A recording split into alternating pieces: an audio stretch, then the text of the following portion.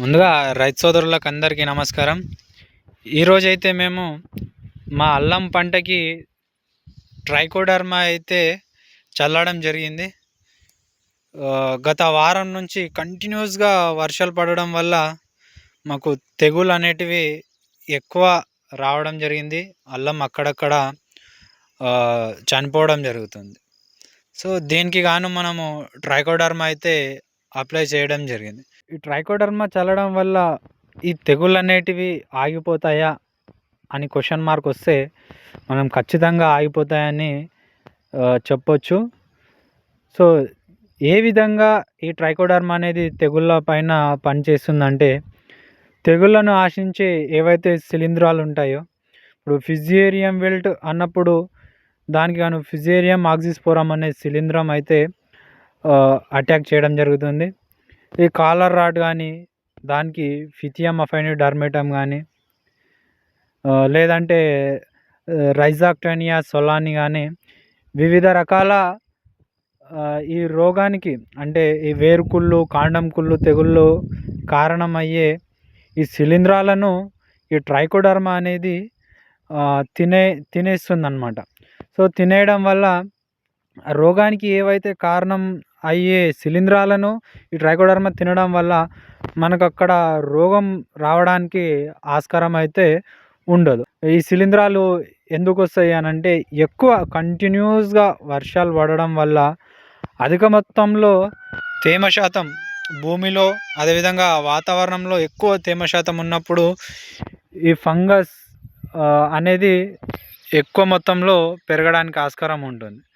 మనం చూసినట్లయితే గత వారం రోజుల నుంచి కంటిన్యూస్గా వర్షాలు పడుతూనే ఉన్నాయి. సో అల్లం పంట ముందే సెన్సిటివ్, దానికి తోడు ఎక్కువ వర్షం పడడం వల్ల ఈ కాండం అనేది కుళ్ళిపోతుందన్నమాట. సో దగ్గరగా ఈ ఫిజియేరియం విల్ట్కు, అదేవిధంగా ఈ రైజాక్టోనియా సొలాని అనే దానికి కూడా దగ్గర సంబంధాలే ఉంటాయి. సో దీంట్లో సేమ్ ఫస్ట్ కింద వేర్లు మురిగిపోవడం, దాంతోపాటు కాండం మురిగిపోవడం అయితే జరుగుతుంది. సో వీటన్నిటిని మనం కంట్రోల్ చేసుకునాలంటే మనకు ఈ ట్రైకోడర్మా అయితే అద్భుతంగా పనిచేస్తుంది. సో ఈ ట్రైకోడర్మా పనిచేసే విధానం ఎట్లుంటుంది అని అంటే, ఈ ట్రైకోడర్మా అనేది జీవం ఉన్న శిలీంధ్ర నాశని అన్నమాట. శిలీంధ్రాలను నాశనం చేస్తుంది. దీంట్లో కూడా జీవం ఉంటుంది. ఎక్కువ వర్షాలు పడి ఎక్కువ మొత్తంలో తేమ శాతం ఉన్నప్పుడు ఏ విధంగా వృద్ధి చెందుతుందో, అదేవిధంగా ఈ ట్రైకోడర్మా కూడా వృద్ధి చెందుతుంది అన్నమాట.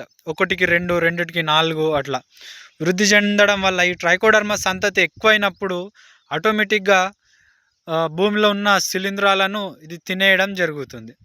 సో ఈ విధంగా మనకి ట్రైకోడర్మా అయితే పని చేయడం జరుగుతుంది. ఇది శిలీంద్రనాశినిలో.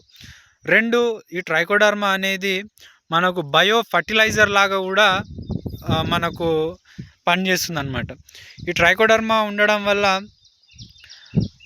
మొక్కలలో రోగ నిరోధక శక్తిని కూడా పెంచుతుంది. అదేవిధంగా గ్రోత్కి సంబంధించిన జిబ్బరిలిన్ అండ్ ఆక్సిన్స్ వీటి మెటబాలిజం కూడా పెంచుతుందన్నమాట. పెంచడం వల్ల ఏమవుతుందంటే, మొక్క రోగ నిరోధక శక్తి పెంచుకొని అదేవిధంగా గ్రోత్ కూడా మంచిగా వస్తుంది ఈ ట్రైకోడర్మా అప్లై చేయడం వల్ల. సో మనం వచ్చేసి ఎకరాకి 5 కిలోలు చొప్పున 2 ఎకరాల అల్లం తోటకి మనం 10 కిలోలు అయితే తెచ్చి చల్లుకోవడం అయితే జరిగింది. సో మీ దగ్గర కూడా ఇటువంటి ఏమైనా ప్రాబ్లం ఉంటే మీరు కూడా ఈ ట్రైకోడర్మా తెచ్చి ఈ విధంగా చల్లుకోవడం వల్ల మీ మొక్కలలో రోగనిరోధక శక్తి పెరిగి కంటిన్యూస్గా వర్షాలు పడినా కూడా ఈ రోగానికి తట్టుకొని నిలబడేట్టుగా ఉంటుంది.